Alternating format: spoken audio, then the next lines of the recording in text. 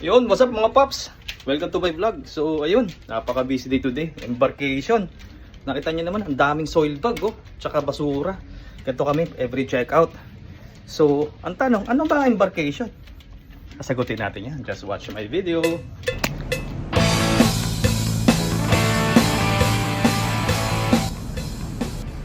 Sa mga may tanong or ngayon palang nakarinig, ang embarkation, ito ang tinatawag namin back-to-back sa barko. Meaning, ang mga previous guests namin ay magche-check out na or magdi-disembarking na. After mag-disembark or check out ng mga guests namin, ay may panibago na naman kaming mga guests na magche-check in or mag-embarking sa barko. Kaya dapat, during the boarding of our guests, na-prepare na dapat namin ng kabina nila. Meron kaming tinatawag na arrival at boarding time. Ang arrival time, ito naman yung kung saan ang barko namin ay nakaschedule kung anong oras dadaong or dating sa port ng bansang pupuntahan namin. Ito na yung time na pwede mag-check out or disembark na yung guest namin. At ang boarding time, ito na naman yung time na pwede na mag-check in or mag-embarking na yung guest namin. Kaya today, our arrival time is 12 noon at boarding time is 2 p.m. So we only have 2 hours to clean our cabin. Nga pala, 243 cabins ang hawak kong kabina. A total of 7 to 18 cabins per attendant. Kaya bugbugan talaga today. Kaya ang task ko, hindi lang mag-monitor or mag-observe.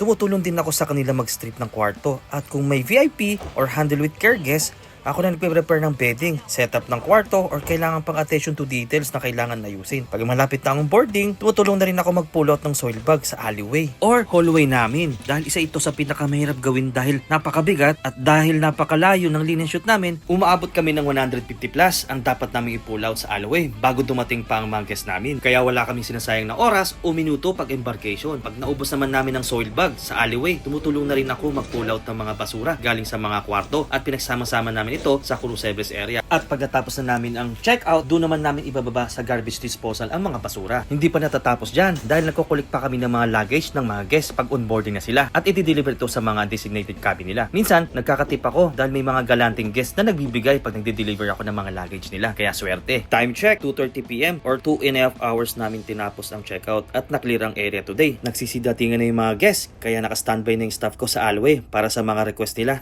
So hanggang dito na lang muna ulit mga paps. Sana may na-share akong idea or kaalaman sa inyo. Sa susunod na vlog na lang ulit. Bye!